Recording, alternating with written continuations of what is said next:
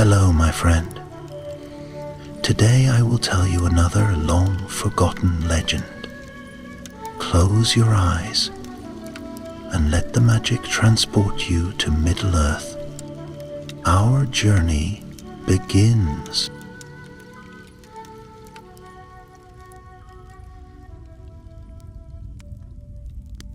Soft lamplight flickers through the window of Bag End, warming the round room with a hush of evening's peace. Bilbo Baggins sits in his favorite armchair, pipe smoke curling like lazy little clouds, the magic ring hidden safely in his pocket. It seems such a simple little trinket, something that can slip unnoticed onto a finger and vanish from sight. And yet there is something about it, a quiet insistence that belies its size. Tolkien's world has more mysteries than even the wisest hobbit can fathom. Gandalf the Grey, tall and thoughtful, appears on Bilbo's doorstep. His eyes are distant, as though he carries news from distant lands or echoes of ancient woes. Bilbo's heart flutters with welcome, then stills as he senses the weight in Gandalf's posture. "Bilbo," Gandalf says in his measured voice, "I have come to speak of a matter that has weighed on my mind." He steps in without waiting for an invitation, and Bilbo sets aside his pipe. There's something in that tone, something that speaks of concern beyond casual counsel. Bilbo straightens, giving the wizard his full attention. "It is your ring," Gandalf says, "and not for what it does, though that too I suspect, but for what it is and how it came into your keeping." He pauses, letting the fire crackle between them. Bilbo's breath catches. He brushes a lock of hair from his forehead and smiles politely. "It's only my birthday present to myself, Gandalf. A harmless little thing that slipped off a stranger's finger." Yet even as he speaks, Bilbo feels a twinge of doubt. He has grown fond of the ring. He has felt its quiet tug, its pleasing power to vanish, but he loves his home and hearth far more. The Shire's rolling hills, the bright laughter of his cousins, the smell of seed cake in the pantry, those things matter far more than a clever disguise. Gandalf nods, satisfied that Bilbo is at ease, but he places a hand on Bilbo's shoulder, steadying him. "Come with me," he says. "We must walk a little." They step outside into the soft hush of the Shire night. Stars pepper the sky, dew glistening on the grass. Bilbo wraps his cloak around himself, curious and cautious. They walk in silence at first, past lantern-lit cottages and quiet gardens. Gandalf leads them to a low fence by a stream, the water whispering along its stones. He stops. "The ring you possess may be more than a toy.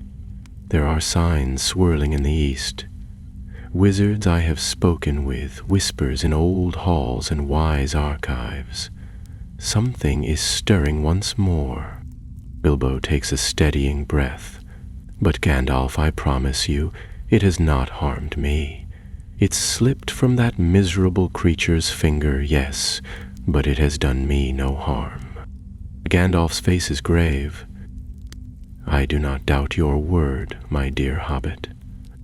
But what we have here is more subtle. We must uncover its nature. A ring so easily lost should be easy to give up, but you have kept it all these years." His voice softens. "I do not blame you." A hush settles between them. The distant echo of an owl hoots. Bilbo feels both calm and uneasy. The ring in his pocket feels heavier than ever. But that blink, the whisper of some entity, the ring in his... At length, Bilbo looks at Gandalf. "What do you think it is?" Gandalf shakes his head. "I cannot say yet, but I have news. I will travel. I will study. I will seek those who know more. It may be Minas Tirith, old, noble, wise, or the ruins of Fornost, or even deep into the wide world beyond elven roads. He looks to the sky. The truth will come, Bilbo. I must find it. A gentle wind stirs, carrying the scent of late blossoms. Bilbo nods. Then go, Gandalf. Find what it is, and while you are gone, I will wait, and I will hope. Gandalf smiles, touched by his friend's courage.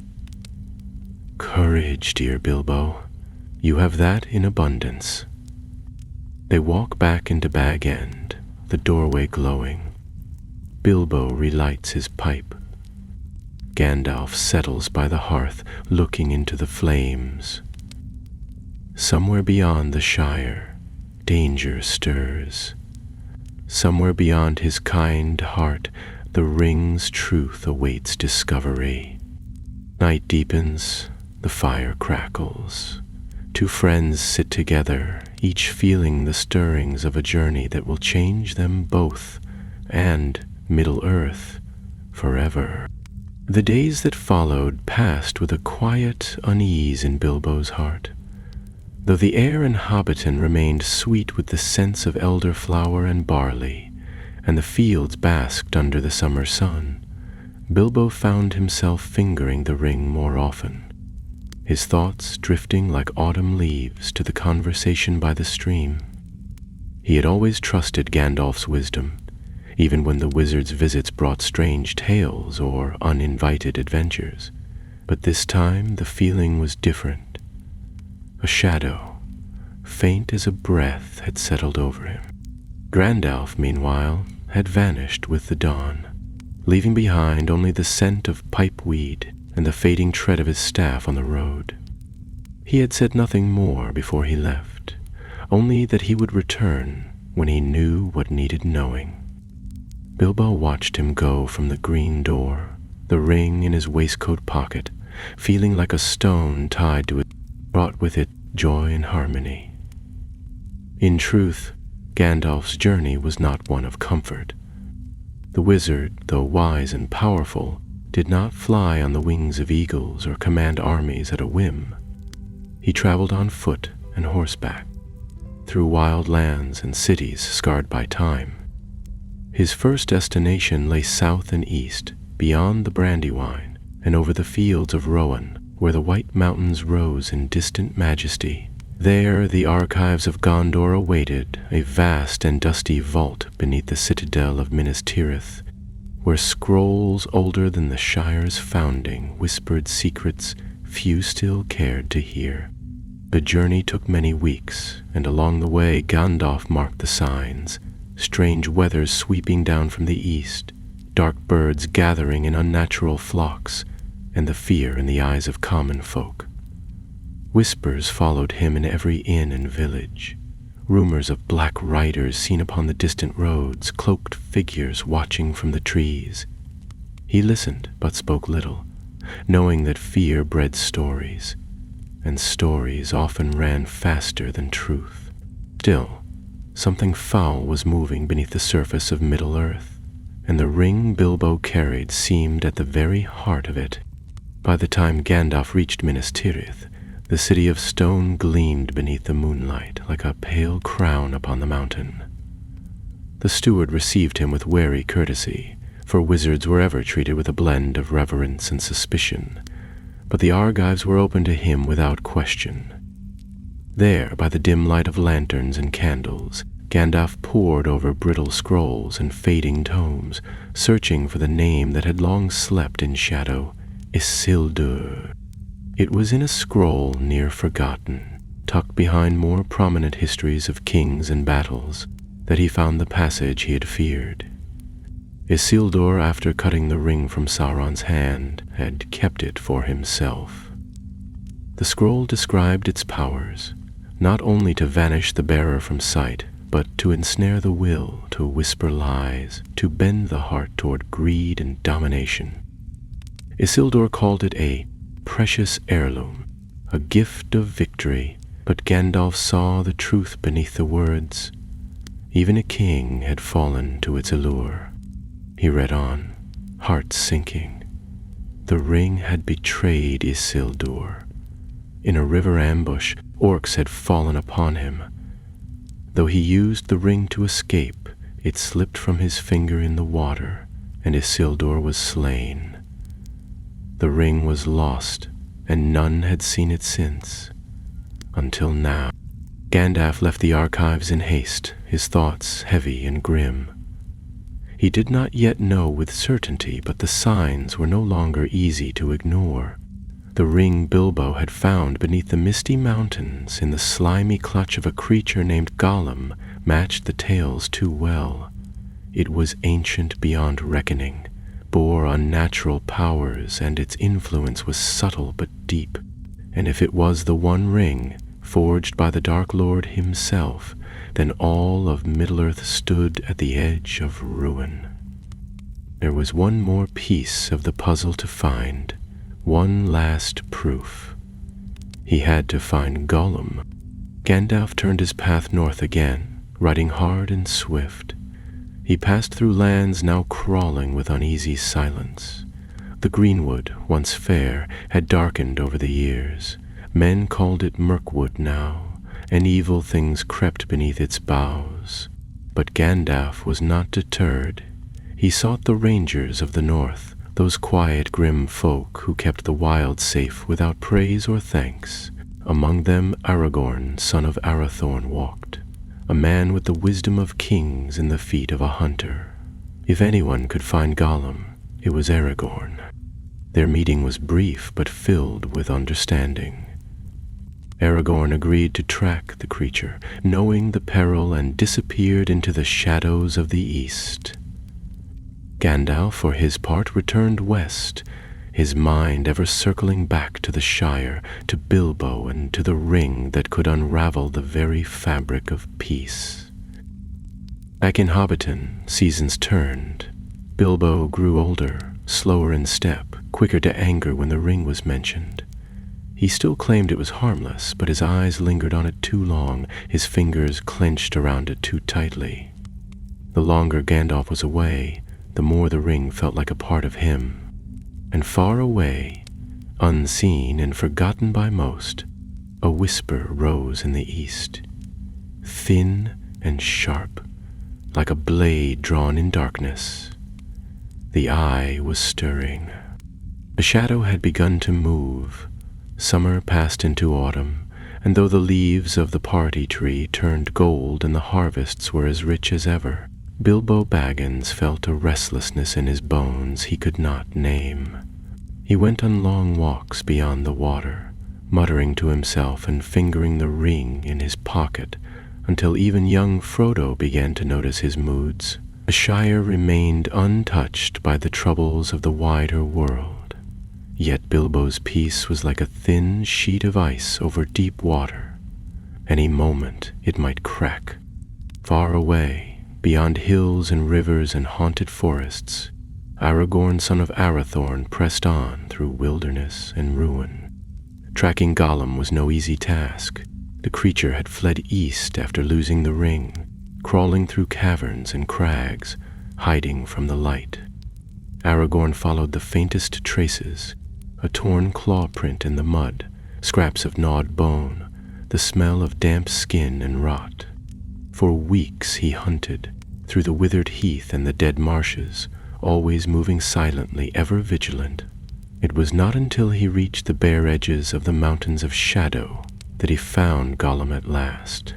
The creature was more wretched than even Bilbo had described. Thin and pale, with skin stretched over sharp bones and eyes that gleamed like lanterns in the dark. He fought like a trapped animal, scratching and biting, but Aragorn bound him with care, not cruelty. Gollum hissed and wept and pleaded, but Aragorn's face remained hard. He brought the creature westward, keeping to secret paths, ever watchful for dark shapes in the sky. Gollum had been hunted before. In the woods of Mirkwood, Gandalf awaited them. The wizard had spent months gathering knowledge and watching for signs of Sauron's return. When Aragorn arrived with the prisoner, Gandalf studied the creature long and hard, noting the madness in his speech and the fevered longing in every breath. Gollum spoke of precious, of loss, of betrayal. He cried out for the ring in his sleep and muttered strange things about the Dark One and a voice calling him from Mordor. Gandalf's heart sank. Here, at last, was the proof he had dreaded. Over the next days, he questioned Gollum carefully, gently drawing out the tale. How the creature had found the ring deep beneath the misty mountains. How it had whispered to him. How it had devoured his mind. Gollum had used it to hunt and hide, to slip past enemies and become a ghost in the dark. For centuries he had clung to it until Bilbo stumbled upon him. And when the ring was gone, Gollum had searched the mountains in rage, then turned east, drawn by a terrible power. That power, Gandalf knew, could only be one thing. Sauron had risen again. Though still hidden in shadow, the Dark Lord had regained strength in the black land of Mordor. His servants were abroad, his spies whispering in the ears of weak-hearted men. And he wanted the ring. He needed it. With it, he could not be defeated. Gandalf left Mirkwood with a heavy burden pressing on his spirit. His path turned toward the White Council, but the council was divided. Saruman the White, greatest among the wizards, had long assured them that the ring was lost forever, washed away by river and time.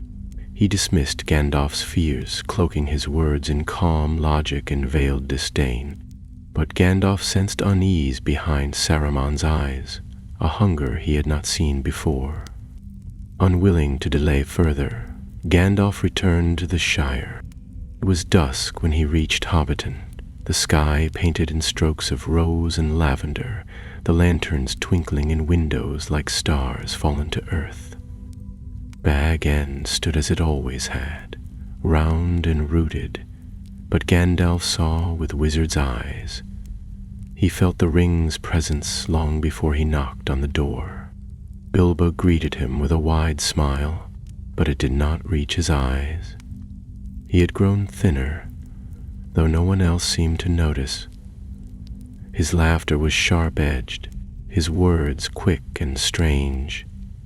The ring was never far from his thoughts, and often closer to his hand.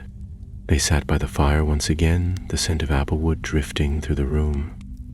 Gandalf let Bilbo talk, listening with quiet patience. But at last he spoke. "You must give it up, Bilbo. The ring is not yours to keep." Bilbo's face twisted in disbelief. He reached for his pocket, clutching the trinket as if it were breath itself. "It's mine," he said quietly. "I found it. I won it in a game. It's my birthday present." Gandalf rose, his shadow falling across the room like a storm cloud. His voice was deep and resonant. "Do not take me for some conjurer of cheap tricks. I am not trying to rob you, but to help you. Where were you on the night of the conjurer of cheap tricks? I am not trying to rob you, but..." For a heartbeat, Bilbo stood frozen. Then the ring dropped from his hand, landing on the floor with a sound far heavier than its size should allow. It lay there, gleaming faintly, a golden circle that seemed to pull the very light toward it. Bilbo gasped, then stepped back, blinking as if waking from a dream. Yes, you're right. I feel lighter." Gandalf nodded, though worry did not leave his eyes. "You are free, for now." As Bilbo made preparations to leave the Shire and set off for Rivendell, Frodo inherited Bag End and the ring. Gandalf remained a little while longer, studying the object that now lay hidden in Frodo's keeping. He did not touch it, but his thoughts lingered on it day and night. The peace of the Shire remained intact for the moment, but the war for Middle-earth had begun in silence, and a dark power was watching, waiting. Though Bilbo had left the Shire with a smile and a light heart, the air at Bag End did not feel quite the same. Frodo had inherited the house as well as the ring, and for many days the young hobbit felt oddly out of place in his own home. He had always loved Bilbo, had always listened eagerly to tales of dragons and trolls, but now there was a silence in the halls of Bag End, a stillness that made the air feel thick and watchful.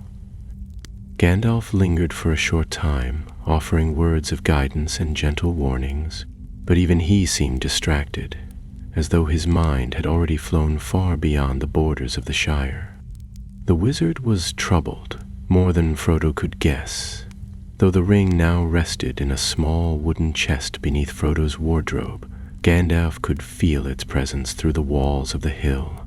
He had suspected, even feared, but now he was certain. This was the one ring, forged by Sauron in the fires of Mount Doom, lost to him for centuries, but not destroyed. That it had come into the hands of a hobbit twice was a twist of fate beyond reckoning, but there it was, resting beneath the floorboards of Bag End, humming with power.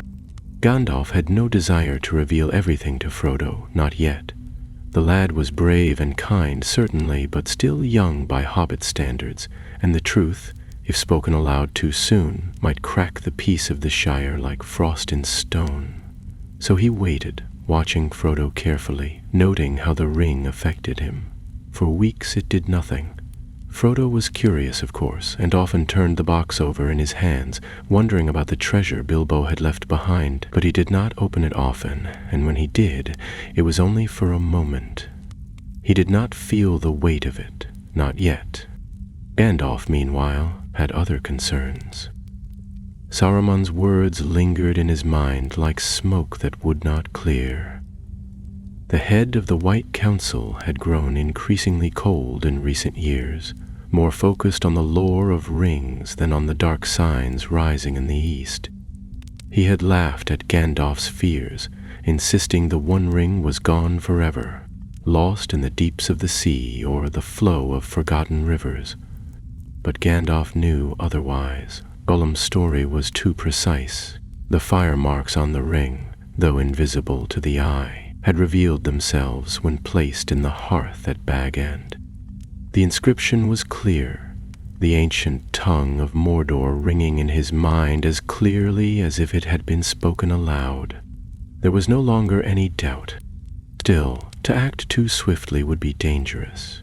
If the enemy knew the ring had been found, he would send out his deadliest servants, the Nazgul, wraiths cloaked in shadow, bound forever to the will of the Dark Lord. Gandalf had seen signs already. Black horses glimpsed on distant ridges, farmers in Bree speaking of strange men with pale hands and hollow voices. There was no time to waste. He left the Shire once more, promising Frodo that he would return. But his journey was no longer one of inquiry. Now it was a race. He rode with haste across the lands, seeking allies, gathering knowledge, testing the winds for signs of war. In the deep halls of the dwarves, he spoke with Balin's kin and learned that darkness had begun to creep back into the old mines. In Lothlorien he spoke with Galadriel, Lady of Light, who did not speak Sauron's name aloud, but knew, without question, that he was rising. The forests listened to her whispers and passed them on through leaf and root. And in the high places of the world, where the eagles flew, Gandalf sent messages still swifter than he. But it was not enough. Upon his return he found Bag End empty. Frodo had gone to Buckland with Samwise Gamgee, and there were signs, small and subtle, that others had come seeking him. The ring was no longer safe in the Shire. Worse still, Gandalf had made a fatal mistake. In the days he had delayed, he had trusted in an old alliance and gone to seek counsel from Saruman again, hoping that the White Wizard might now see reason. He had not expected treachery. Isengard rose like a ring of stone in the valley of Nan Curunir, its tower gleaming white in the sun. Saruman greeted him with cold courtesy, leading him up the steps of Orthanc as if nothing had changed. But Gandalf felt it immediately. Beneath the surface calm, Saruman's will had turned. His voice was too smooth, his eyes too bright. They argued at length. Gandalf spoke of the ring, of Gollum, of the shadow rising in the east. Saruman dismissed each claim with bitter mockery. Then came the truth, spoken in tones as soft as silk and sharp as knives. "There is no hope, Mithrandir," he said. "The Dark Lord will rise again. We must join him, or be crushed." Gandalf stepped back in horror. "You would betray the free peoples of Middle-earth?" Saruman laughed. "Betray? No, I would survive. Together we might wield the power of the ring to bring order. Not chaos, not death, but rule." When Gandalf refused, Saruman revealed his true strength. He had turned Orthanc into a prison, and Gandalf was its first captive. The wizard was taken to the pinnacle of the tower, left to pace and ponder under the watchful eye of cruel servants in stone. He could not escape. The stars passed overhead, the days lengthened, war gathered. In the east, Sauron moved his hand. The Nine rode forth, cloaked and unseen, but drawn always toward the ring, like moths to flame. They would find the Shire soon, and Frodo, gentle, quiet Frodo, was already on the road, unaware that the enemy hunted him, unaware that the greatest weapon of darkness nestled in his pack. Middle-earth stood at the edge of Stormhawk.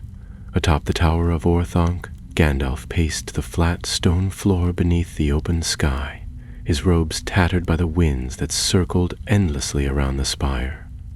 There was no door, no stairway down, no window but the empty air, and the night stretched long and sleepless beneath the stars. Each hour, Saruman's betrayal weighed heavier on his mind. The leader of the White Council, once noble and wise, had fallen prey to the very power he had long studied. He had turned his gaze to domination, to order through control, and now he served Sauron, though he cloaked his allegiance in words of strategy and necessity. Gandalf had refused him, as he must. He had cried out to Manwë in the silence, spoken to the wind, to the mountains, to the skies, and it was the skies that answered. When hope seemed thinnest, there came a cry unlike any wind, a fierce, proud call that split the clouds. From the heights descended Gwaihir the Windlord, the Lord of the Eagles, his wings wide as sails, his eyes sharp as daggers. With a single beat of his mighty wings he settled upon the tower. Gandalf, startled but swift, seized the chance. He leapt astride the eagle's back, and they soared away into the blue, Saruman's shouts echoing behind them, fading with the height.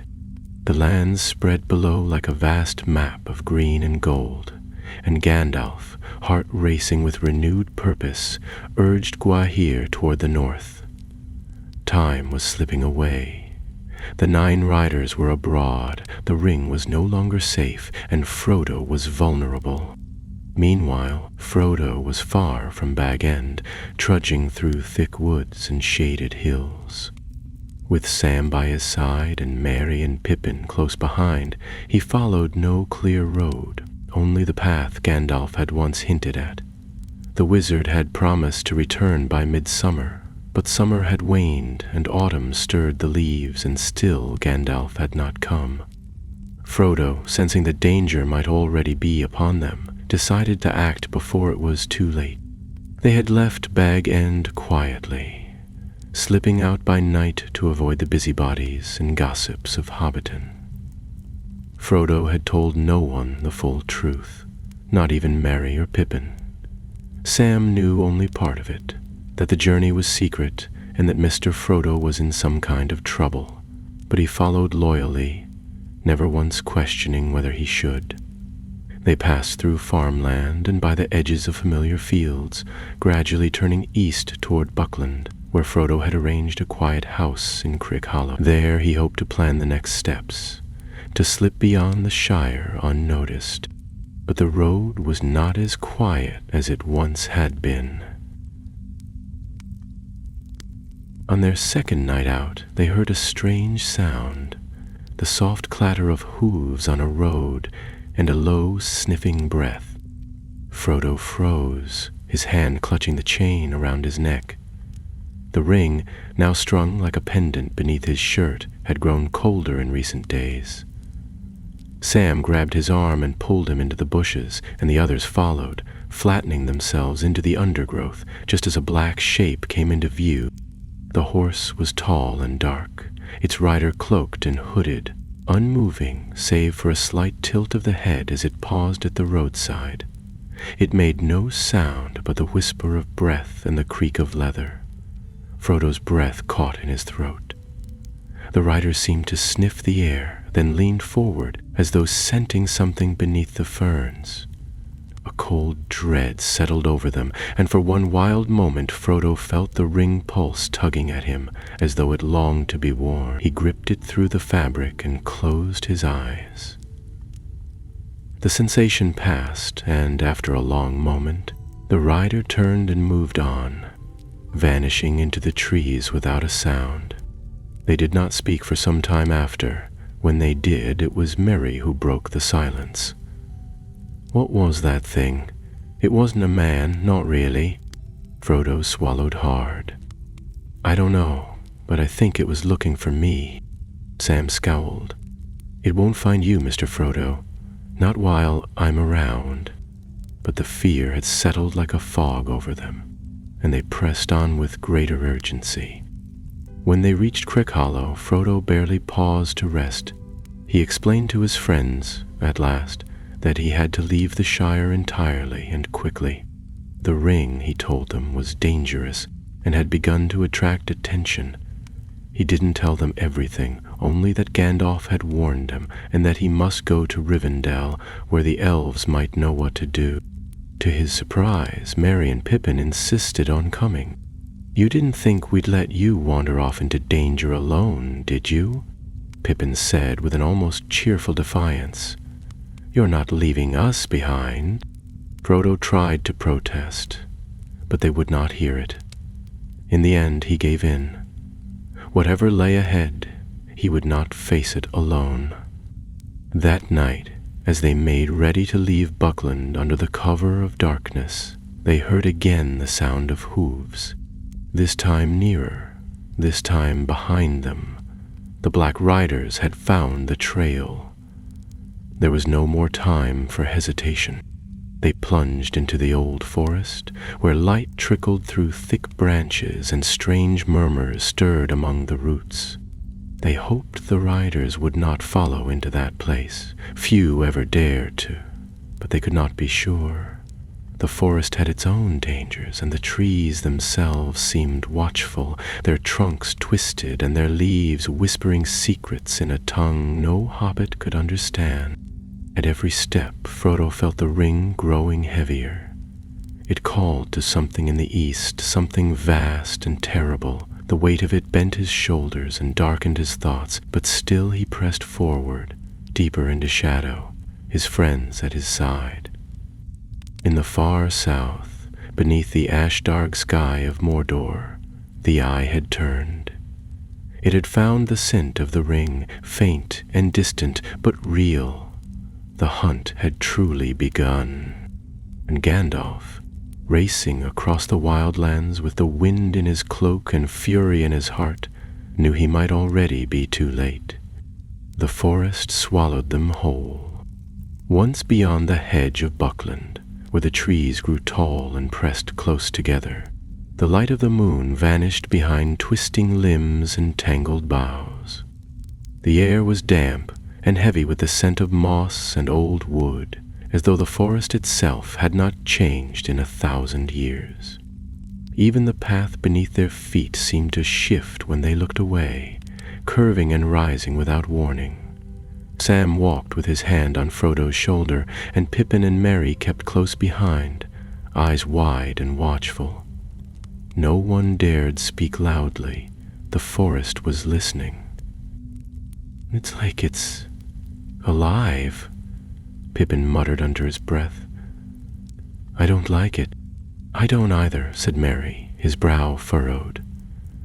"The old forest has never liked visitors, even in the best of days. But at least the riders won't follow us here." Frodo didn't answer. The ring was cold against his chest, and there was a strange thrum in the air, as if something deeper than wind stirred among the branches. He had grown used to a low sense of dread since they'd left Bag End, but now it grew sharper, more urgent, like a whisper at the edge of thought. He felt watched, not by eyes in the trees, but by something beneath them. Hours passed, though time was hard to measure in that place. Once, they thought they heard hooves behind them, distant and muffled, but nothing emerged from the gloom. At last they came to a deep hollow where a great willow tree stood by the edge of a brown, slow-moving stream. Its gnarled roots twisted out of the earth like claws, and its long, drooping branches swayed gently, though no wind stirred. Frodo approached it warily, seeking a place to rest. But the moment he touched the bark, a strange drowsiness washed over him. "We'll stop here, just for a bit," he said, his voice thick with sleep. "We need to rest."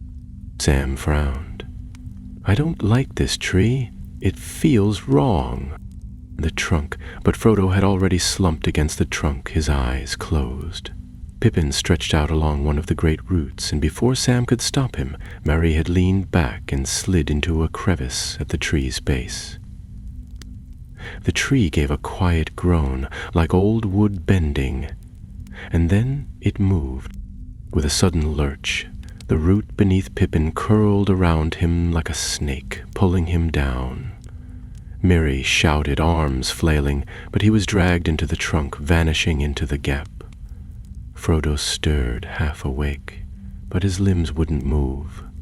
Only Sam stood firm, eyes wide with alarm, and his voice rang out through the glade. "Mr. Frodo, the tree's eaten them." Frodo struggled to sit up, the drowsiness lifting slightly. "Get them out," he gasped. "Get help." Sam didn't waste time. He grabbed a branch and beat the trunk, shouting and kicking, but the tree only groaned again, its bark hard as stone. No matter what he did, the roots refused to let go. Then, from somewhere deeper in the woods, a voice began to sing. It was unlike anything Frodo had heard before, a merry, tumbling song, half nonsense, half music, and yet filled with ancient power. The song grew louder, and soon the source appeared, a man with a long brown beard, wearing a blue coat and yellow boots, dancing along the path as though he hadn't a care in the world. His eyes sparkled with mirth, and he waved his arms as he sang. "Old Tom Bombadil is a merry fellow. Bright blue his jacket is, and his boots are yellow. With the yellow he saw the hobbits and strode over without pause, took one look at the tree and laughed a deep, hearty laugh. "Old man Willa's been at it again, has he said, then raised his voice into song once more, calling the tree by name in a firm but cheerful tone. The roots twitched, the bark creaked. Then, with a great groan, the tree released its prisoners. Merry rolled out of the crevice, gasping for air, and Pippin tumbled to the ground, coughing and dazed. Tom Bombadil beamed and clapped his hands. "There now! That's better. You shouldn't go trusting sleepy trees. Not in this part of the forest." He led them away from the willow, chattering as he went, speaking of hills and rivers, of birds and flowers, as if he knew each one by name. Frodo followed, still shaken but grateful. There was something about Tom that pushed the darkness back, not with force, but with lightness, with laughter. The ring lay quiet against Frodo's chest, almost forgotten for a time. They came at last to a clearing where a small house nestled among the trees. Smoke rose from the chimney, and golden light poured from the windows. Inside a lady waited, a fair and gentle woman with hair like fall leaves and a voice like clear water. Goldberry, the river daughter, welcomed them with kindness and warm bread. And that night they slept deeply, their fears soothed. But the world beyond the old forest was not still. On the borders of the Shire, the riders gathered. Clad in black, faceless beneath their hoods, they whispered in tongues of shadow and smoke. They could not enter the forest easily, not without aid, but they had found the path. They knew the scent of the ring, and soon, very soon, they would ride with all the fury of Mordor. In distant lands, Gandalf pressed on, seeking the trail Frodo had taken. He had escaped Isengard by a hair, but the delay had cost him precious time. Now he rode fast and far, following rumors and signs, praying he would reach the hobbits before the Nine did. The enemy's net was drawing tight. Though the sun still shone over the green hills of the world, darkness crept at the edges, and the ring, quiet and patient, waited to fulfill its purpose. The days passed swiftly beneath the boughs of Tom Bombadil's land, as if time itself slowed in his presence. Frodo felt strangely safe there, like a child under the watchful eye of a gentle guardian. Even the ring grew quiet, tucked safely away in its pouch, neither calling to him nor weighing down his thoughts. It was a rare piece, too rare to last. And even as they laughed around the fire with Goldberry, Frodo knew their journey could not pause for long. On the morning of the third day, Bombadil returned from one of his wanderings with news that chilled the blood in Frodo's veins. He had seen black shapes near the borders of the forest, silent and searching, gliding over the ground like shadows loosed from nightmares. "You've got to be on your way, little folk," he said with a gentle finality. "Old Tom's land won't hold the darkness forever." They thanked him and left before the dew had dried on the leaves, their hearts heavy despite the sunlight that filtered through the trees. Tom walked with them to the edge of the forest and pointed the way to the Barrow Downs. From there they would cross to Bree and find the inn Gandalf had told Frodo of. The prancing pony. With luck, the wizard would be waiting there, and with him, answers.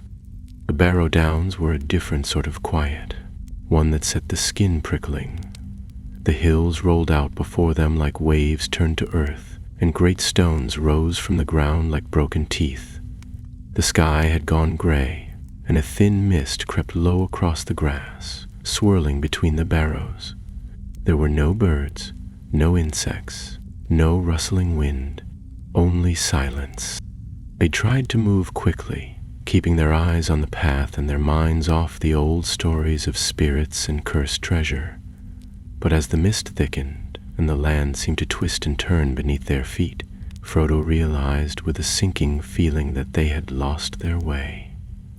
One moment the sun had been behind them, the next it was gone entirely, swallowed by the fog. The air grew colder. Sam called out, but the sound died quickly, as though muffled by the earth itself.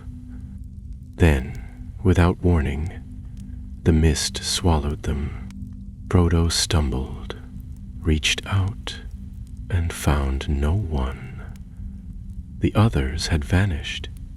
He turned in a circle, calling their names, but the world had gone white and soundless.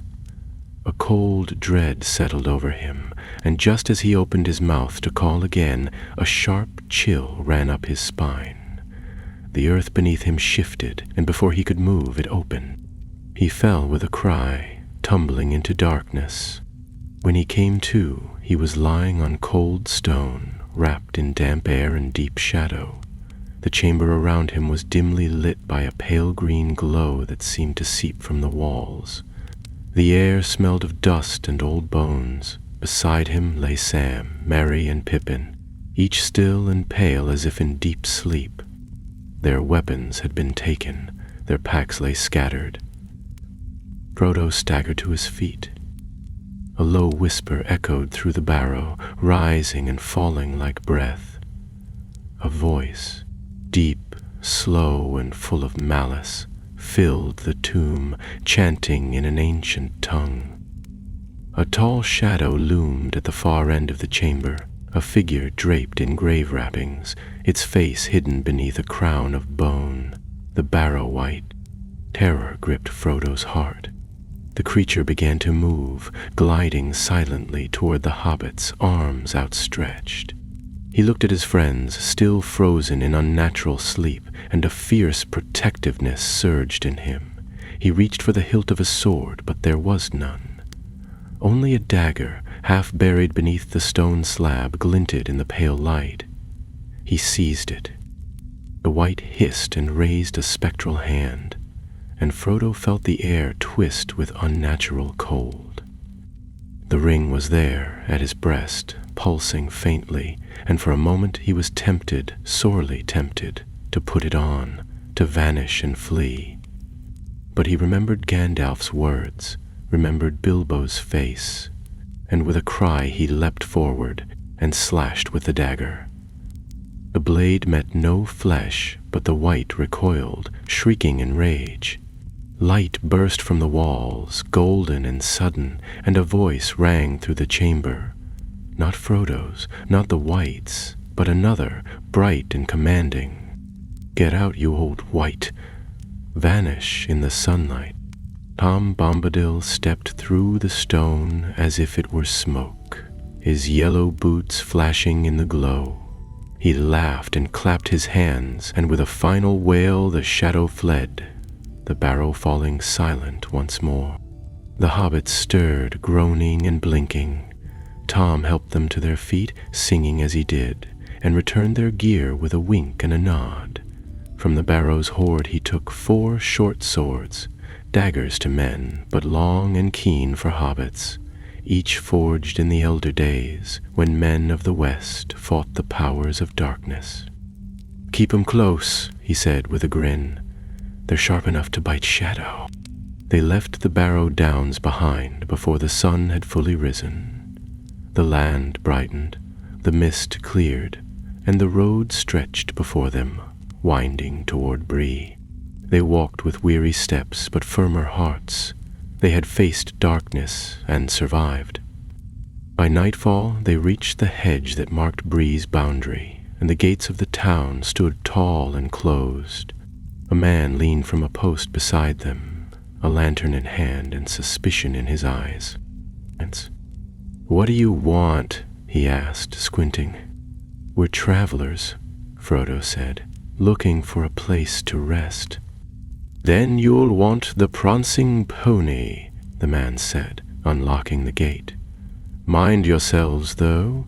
Strange folk about these days." They passed into Bree beneath flickering torches, unaware that others had already come before them. Figures cloaked in shadow, asking questions in whispers, always searching. The 9 were close, and Gandalf had not arrived. Not yet. The streets of Bree wound like old memories between timbered houses and moss-covered walls, and even though the lamps were lit and warm firelight flickered behind windows, the town seemed to Frodo strangely subdued. Dogs barked distantly, and a few folk moved about with cloaks drawn tight, but there was a hush in the air as though the town were holding its breath. The hobbits followed the signs until they reached a broad, ivy-covered building with a lantern swinging above the door. A painted pony pranced on the signboard, its hooves frozen mid-step. Frodo stepped forward and pushed open the door. A wave of warmth met them at once. Laughter, clinking mugs, the smell of roasted meat and pipe smoke. The inn was crowded, filled with both Bree folk and travelers, some tall and hooded, others rustic and round-faced like hobbits. Few glanced up as the newcomers entered. The innkeeper, a red-faced man with short legs and a wide girth, bustled over at once. "Good evening, little masters. Welcome to the Prancing Pony. I'm Barlaamon Butterbur at your service. What can I do for you?" Frodo stepped forward, careful to keep his voice steady. "We were told we might find lodging here. We're looking for a friend." Gandalf, a tall fellow with a beard and a pointy hat. Butterbur scratched his head, frowning. "Gandalf? I know him well enough. Been through Bree more than once, but I haven't seen him in weeks, maybe months. Was he supposed to meet you?" Frodo nodded slowly, heart sinking. He said he would be here by now. "Well," Butterbur said with a shrug, "you're welcome to stay while you wait. Got a nice room for hobbits. 2 rooms, actually, if you don't mind sharing. And don't you worry. The pony's as safe as any place this side of the Shire." That night they dined in the common room, seated at a table near the hearth. Butterbur had promised to send word to Gandalf if he arrived, and Frodo had decided it was better to act as ordinary travelers until they knew more. The room was lively, filled with folk of many sorts, Bree men swapping stories, dwarves drinking heavily in a corner, and even a few men wrapped in cloaks who spoke little but watched everything. Among them one figure stood apart, tall, silent, and cloaked in gray. He sat near the shadows with his hood drawn low. His eyes never left Frodo. They tried to keep a low profile, but Pippin, eager to entertain, wandered to a table and began to tell one of Bilbo's old tales. It wasn't long before the name Baggins slipped from his lips, and a chill ran down Frodo's spine.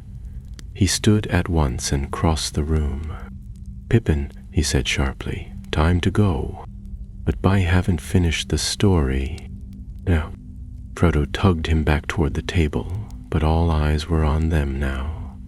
Whispers had already begun to spread. Frodo's heart pounded. In his panic, his hand slipped into his pocket, and the ring, cold and waiting, seemed to leap into his fingers. Before he could stop himself, he felt it sliding onto his finger. The world vanished. He was no longer in the common room. The firelight was gone, the laughter silent. He stood in a gray shadow world, where the walls were pale and flickering, and every voice echoed like a whisper in a cave. A great eye turned in the distance, far off, yet near enough to feel. It was searching. Frodo tore the ring from his finger and stumbled back, gasping. The room returned with a rush of light and noise. Butterbur was shouting. Chairs had toppled. The hooded man from the shadows was at his side. "Come with me," the man said, his voice quiet and firm. "Now." They followed him up a narrow staircase, past quiet hallways, into a small room lit by a single candle. The man turned and lowered his hood. He was grim-faced, with dark hair and eyes that glittered like starlight in a storm. His cloak was travel-worn, his sword sheathed at his hip. Though he looked like a ranger of the wilds, there was something noble in his bearing, something ancient and sorrowful. "I am called Strider," he said, "and you are in danger, Frodo Baggins." Frodo blinked. "How do you know my name?" "I know many things. Gandalf sent me to watch for you. When he did not come, I feared the worst. The Black Riders are near. You've already felt them, haven't you? The cold, the fear? Frodo nodded slowly. They are the Nazgul, Strider said. The Ringwraiths, servants of Sauron. Long ago they were kings of men, given rings of power that promised great glory. Now they are shadows, bound to the will of the Dark Lord. They will not stop until they find the ring.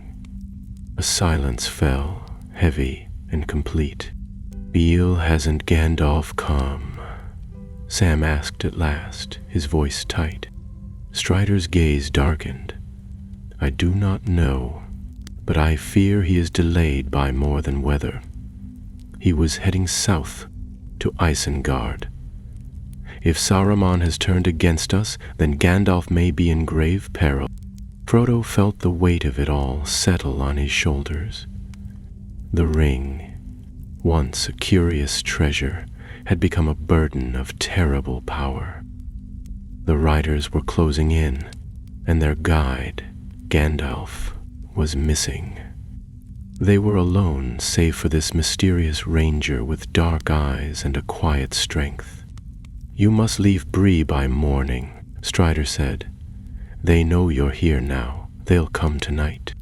True to his word, the inn's doors were broken before dawn. A shadow passed over Bree, and the beds in the hobbit's room were slashed to pieces. But they were not in them. Strider had moved them before midnight, slipping them out through a back gate while the town still slept. The journey ahead would not follow roads.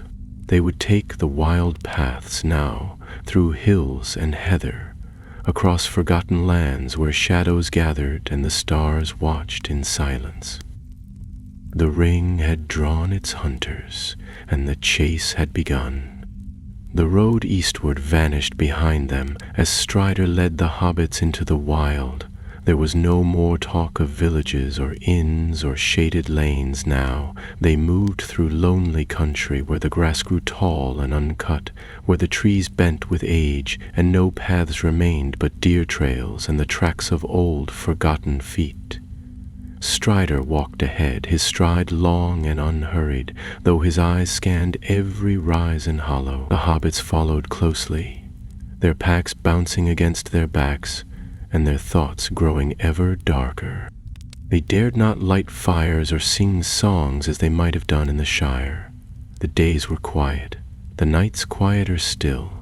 They camped beneath brambles or in hollows of stone, and Frodo often woke with a start, certain that he had heard hoofbeats in the dark. The ring weighed heavier with each passing hour.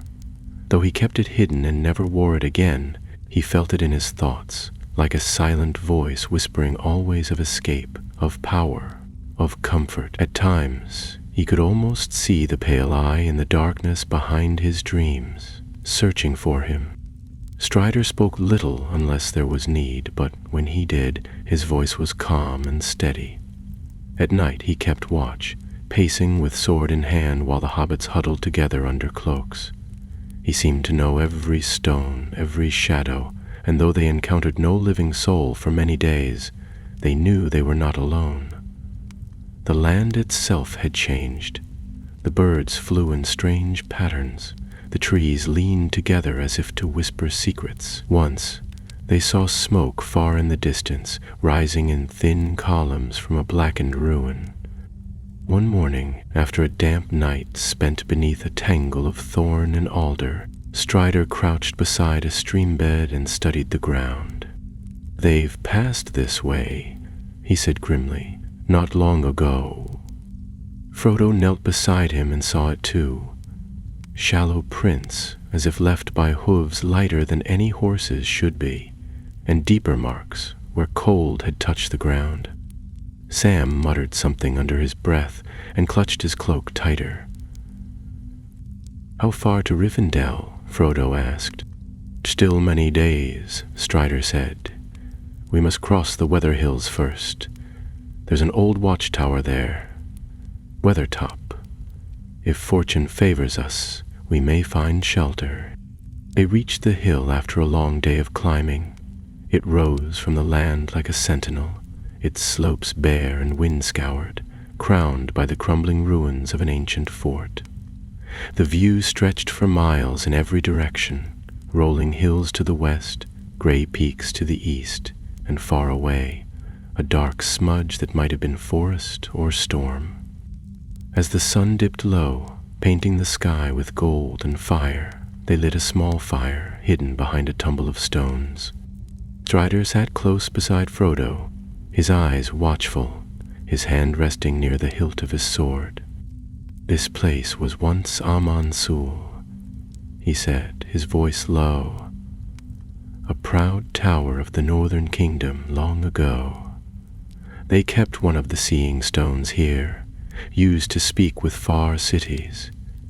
Now only ghosts remember its name." The fire crackled softly, but Frodo found no warmth in it. He turned the ring over in his hands, feeling its perfect shape, its cold promise. He looked up. "What if they find us?" Strider's eyes met his. "Then we fight." It was well past midnight when they came. Frodo had fallen into a fitful sleep, the ring tucked beneath his cloak. A chill swept the hilltop, a cold that came not from wind or weather, but from the very breath of death. He woke with a gasp, heart thudding, and knew at once that they were no longer alone. The shadows moved beyond the firelight.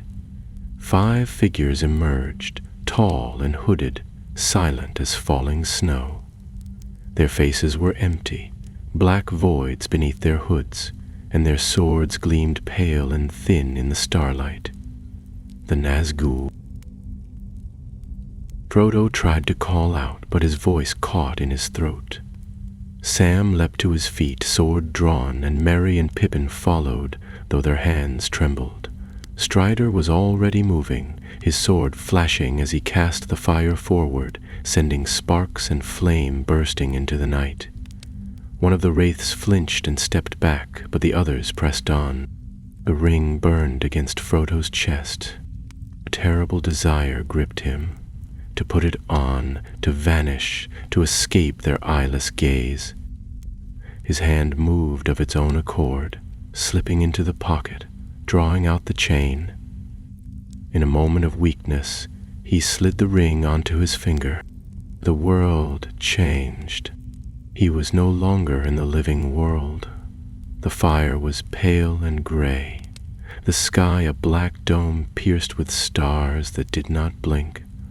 The wraiths became visible in their full horror, white and cold, their forms revealed, crowned with cruel helmets, their eyes like burning holes. One stepped forward, a dagger in its hand, and Frodo knew it meant to take him, to stab him and make him one of them. "No!" he cried out, yanking the ring from his finger and falling to the stones. Pain flared in his shoulder. The blade had struck. Strider's voice rang out behind him, and fire burst again across the ruins. The wraiths withdrew, their forms melting into mist, fleeing from the flames and the sword of the heir of Isildur. When the battle ended, Frodo lay pale and cold, his breath shallow. The wound in his shoulder was small, but dark, and Strider's face was grim. "It was a Morgul blade," he said. "The wound will not heal by ordinary means." Sam clutched Frodo's hand. "Then what do we do?" Strider stood. "We must reach Rivendell. Elrond's healing is our only hope, but the road is long, and the enemy will come again." He bound Frodo's wound with herbs and whispered in an ancient tongue, calling on the strength of the old kings. Frodo drifted in and out of sleep, the ring now cold again, though its presence was stronger than ever. He dreamed of white towers and black riders, of fire in the east and voices calling to him through stone. And always, at the edge of dream and waking, he felt the eye, watching, searching, waiting The days that followed were a blur of haste and fear. They left Weathertop behind at first light, the smoldering ashes of their fire scattered by the wind. Frodo could not ride nor walk without aid, so Strider fashioned a rough litter of branches and cloaks, and with Sam and the others taking turns, they bore him between them like a fallen soldier. The wound in his shoulder did not fester like an ordinary injury, nor did it bleed freely. It throbbed with a cold pain that went deep, and though Frodo barely spoke, his eyes often drifted shut, and his breath came short and tight. His skin had taken on a pale, waxen look that frightened them more than they dared admit. Strider led them onward, seldom resting, seldom sleeping. He no longer scouted ahead, but kept to Frodo's side, chanting old songs under his breath and using herbs he gathered from the roadside. Athlas, which he called Kingsfoil, crushed in his hands to release its healing scent. When he applied it to Frodo's wound, the hobbit would shiver and breathe easier for a time, but the improvement never lasted. Sam, though anxious and near exhaustion, never once left Frodo's side. He wiped his brow, offered him water, and muttered softly as if to keep his master rooted to the waking world. They crossed the wild hills of Rhudaur, where the land rolled in gray waves and the trees stood stunted and silent. No bird sang. Clouds gathered in the east, low and heavy, and the wind that blew across the moors smelled of ash and stone. More than once they caught sight of black shapes moving far behind them, and once Merry turned to find a dark figure upon a distant ridge, unmoving, watching.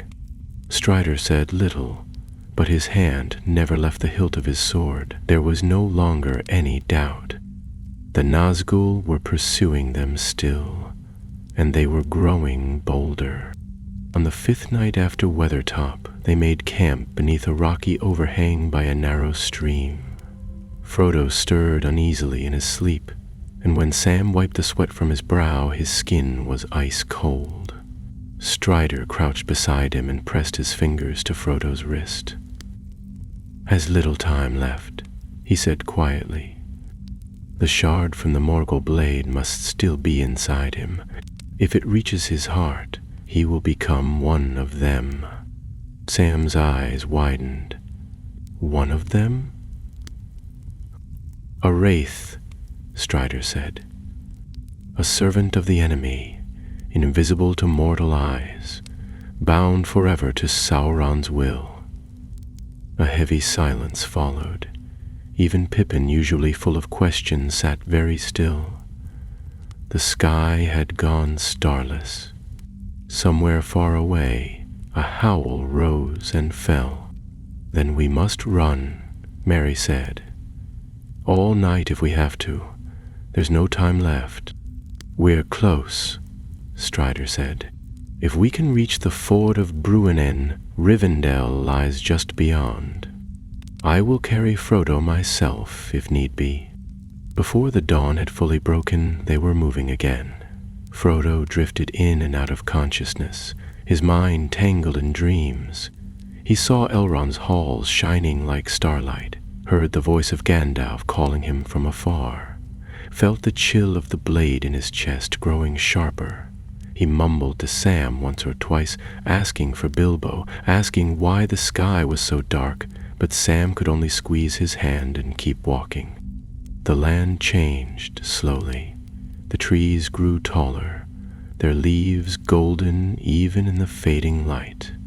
A faint scent of water drifted on the wind, and somewhere ahead the sound of a river could be heard, swift and full. Strider quickened his pace, his eyes fixed eastward, his jaw set. It was not yet noon when they came to a narrow defile between two tall ridges. The path dropped sharply down into a glen, and at its far end stood the ford of Bruinen. The river ran fast and cold over smooth stones, its waters clear and blue, even beneath the shadowed sky. A shallow crossing had been marked with stones, though the river was high with the season's rain. "Go," Strider said. "Cross quickly." Sam, Merry, and Pippin splashed into the water, helping Frodo between them as best they could. His head lolled forward and his lips moved silently. Strider drew his sword and stood at the edge of the water, scanning the ridge behind them. And then they came. 5 black riders burst from the trees, their cloaks billowing like torn banners.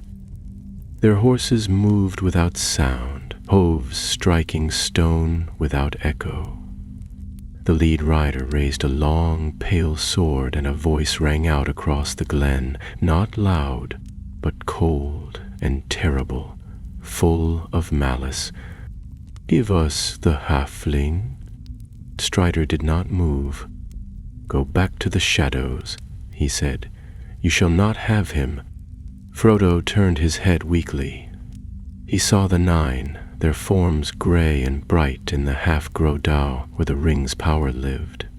They shimmered like flame without heat, their eyes fixed upon him. The ring tugged at him, whispering in his mind. He reached into his shirt, pulled it free on its chain, and for a moment held it high. The riders surged forward. Sam cried out as he dragged Frodo to the far bank. Strider raised his sword, but the enemy did not slow. The black horses thundered toward the ford. And then another voice spoke. It came not from the land, but from the water. The river groaned and surged, and from the hills above came the sound of horns. The waters rose, foaming white and wild, and a wall of waves came roaring down the riverbed like galloping horses crowned with spray. The first of the riders reached midstream, and the wave struck. They were swept away in an instant, their cries drowned by the roar of the river. The horses screamed and vanished beneath the flood.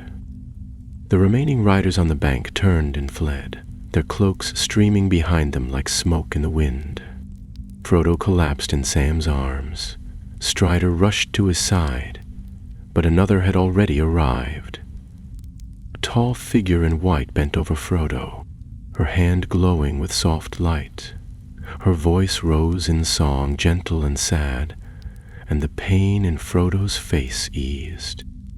Elven riders appeared on the hill behind her, their banners streaming, their faces proud and bright. "You are safe now," she said to Frodo, though his eyes were already closing. "You are in the hands of Elrond." And darkness took him, but it was no longer cold. When Frodo next opened his eyes, the world had changed. The pain in his shoulder had lessened, replaced by a dull ache that pulsed only faintly. He was lying on soft linens in a large bed, the sheets smooth and pale, the pillows light as clouds. The scent of lavender and clean stone filled the air, and above him the ceiling arched like the boughs of trees. Sunlight streamed through tall windows, and outside he could hear the distant rush of water over rock. For a long time he lay still, unsure whether he dreamed or lived. Then he turned his head and saw a figure seated nearby, wrapped in gray robes, his hands resting on a carved staff. His long white beard glimmered in the light, and beneath his broad-brimmed hat were eyes both kind and weary. Frodo blinked, and a smile broke across his face. "Gandalf," he whispered. The wizard rose and came to the bedside, his smile breaking the years from his face. "Yes, my dear hobbit, I am here, and you are in Rivendell." Frodo let out a breath that felt like it had waited weeks to escape. I thought I had lost you." Gandalf settled beside him and looked out the window, his eyes distant. "You very nearly did, Frodo, and we very nearly lost you." He turned back, more serious now. "You have passed through fire and shadow. The wound you bore was not of this world, and it was only through the skill of Elrond that it did not claim you." Frodo sat up slowly, every movement strange to his limbs. "How long was I?" "Nearly 2 weeks," Gandalf said. "You arrived here on the brink of Wraithdom, Frodo. Had Elrond not drawn the Morgul shard from your shoulder when he did, you would have become a servant of the enemy." Frodo shuddered and clutched his shoulder through the linen of his shirt. It felt like falling into frost. Gandalf nodded. "It is the shadow of the Nazgul, and few survive it. Fewer still recover fully. But you are stronger than you know, Frodo Baggins." He paused for a moment, then placed a hand over Frodo's. "I owe you an explanation." Frodo turned to him, brow furrowed. "I did not abandon you at Bree. I was delayed, captured, in fact. I rode south to consult with Sauron, for I still held hope in his wisdom. But he has turned, Frodo. He has allied himself with Sauron, or at the very least, with power. He imprisoned me atop his tower, seeking to make me yield or bend to his design." Frodo's eyes widened. "Saruman? But he was the head of your order." "Yes," Gandalf said grimly, "and he has fallen far. He seeks the ring as well, not to destroy it, but to use it." Frodo's hand went to his chest instinctively, but the ring was not there. Gandalf noticed and smiled faintly. "Fear not. It is safe, under guard, deep in Elrond's house. You are not the only one who has come to Rivendell. Your friends are here. Sam, Merry, Pippin, even Bilbo." "Bilbo?" Frodo's voice caught. "Is he all right?" "Is well. Older, thinner perhaps, but still very much himself. He has been waiting for you." Gandalf rose. "Come. If you are strong enough, Elrond would see you, and so would your friends." Though Frodo's legs trembled when he first stood, the warmth of the sunlight and the lightness in the air gave him strength. Gandalf led him from the room through corridors of carved stone and high arches, past quiet courtyards where the wind stirred the leaves of ancient trees. They passed fountains that sang to themselves in silver tongues, and gardens blooming in defiance of season. Rivendell was no ordinary place. It felt beyond time, as if the world's weariness had no reach there. They entered a hall where the sunlight pooled upon the floor like spilled gold. At the far end, seated in a tall chair carved from white wood, was Elrond, Lord of Rivendell. His face was calm and ageless, fair and stern at once. On either side of him stood figures cloaked in gray and green, elves, quiet and watchful, but Frodo barely saw them. His eyes went to the small figure who stood by the window, hands clasped behind his back, muttering a tune. "Bilbo!" he cried. The old hobbit turned and his eyes lit up. "Frodo, my lad, I was beginning to wonder if you'd slept through autumn entirely." Frodo hurried across the hall and they embraced. Bilbo pulled back and looked at him, his eyes filled with tears. "You look thinner, but wiser."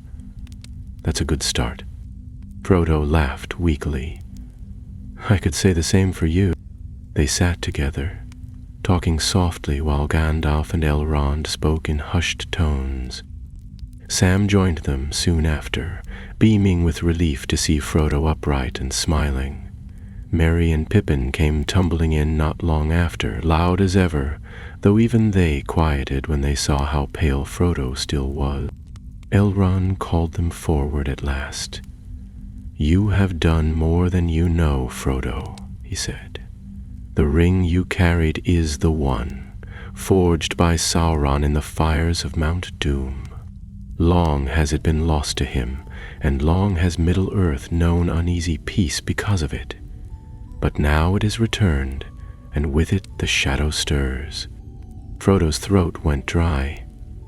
"What will you do with it?" Elrond exchanged a glance with Gandalf. "We will hold a council.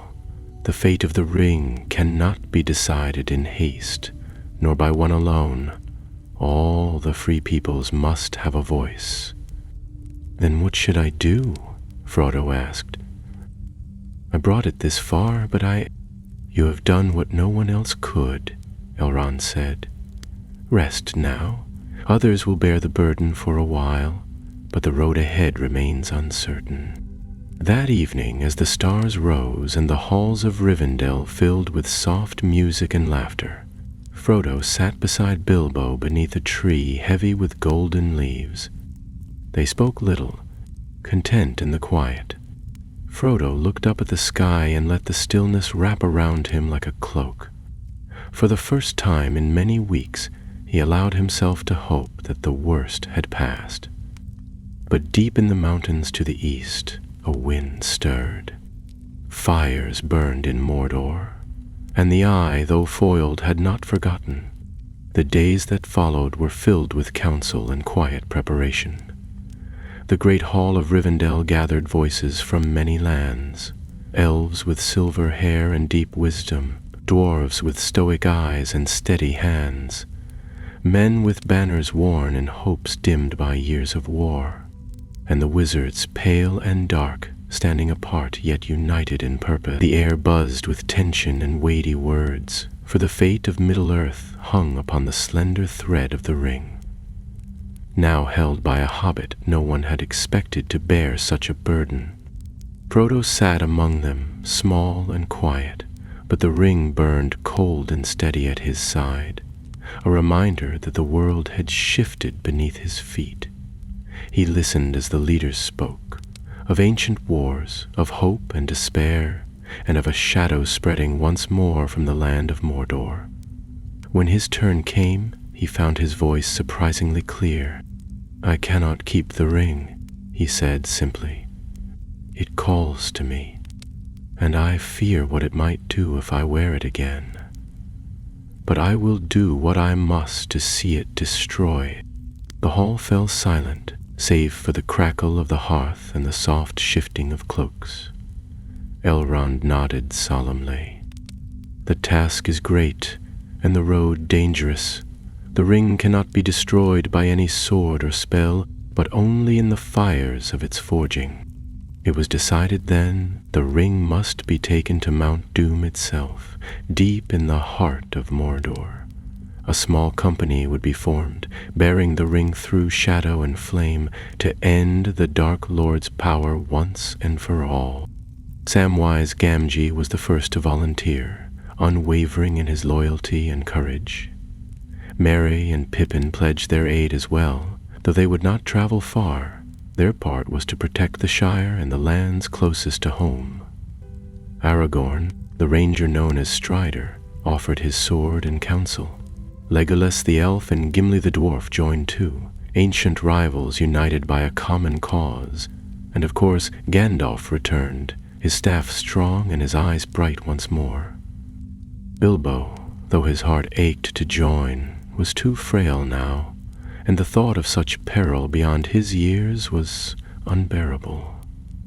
He kissed Frodo's brow and bade him be brave, reminding him that courage was not the absence of fear, but the strength to face it. The company set forth from Rivendell under a sky heavy with clouds, a small light against the gathering dark. The road wound through misted valleys and ancient woods where shadows stirred and old songs whispered of days when the world was young and free. Each step was burdened with hope and dread, for the power of the ring weighed heavy upon Frodo's soul, and the eye of Sauron watched, unblinking, seeking to reclaim its lost master. Gandalf traveled beside Frodo, a guide and protector, but even he spoke of dangers unseen and perils unspoken. The Nazgûl still hunted, now more desperate, their hatred sharpened by months of failure. The lands ahead were fraught with spies and traitors, and even the mountains whispered of treachery. Yet, amidst the peril, the bonds of friendship grew strong. Sam's steadfast loyalty was a shield, his laughter a balm to weary hearts. Legolas and Gimli, once enemies, found respect and camaraderie in their shared quest. Aragorn's quiet leadership steadied them when fear threatened to overwhelm, and Gandalf's wisdom lit the darkest path. Bilbo's ring, once a trinket of invisibility, was now the greatest threat to all free peoples. The wizard's journey to learn its truth had been long and perilous, filled with shadow and doubt, but the truth was clear. This was no mere bauble, but the One Ring, the master of all others, the key to Sauron's dominion. And so, the tale that began in the quiet hills of the Shire stretched out before them, vast and uncertain, a story of light and darkness, friendship and sacrifice, courage and hope. The fate of Middle-earth rested on the small shoulders of a hobbit and the strength of those who would stand by him. As they crossed the threshold into shadow, the world held its breath. The end had come, and yet the beginning was just beginning.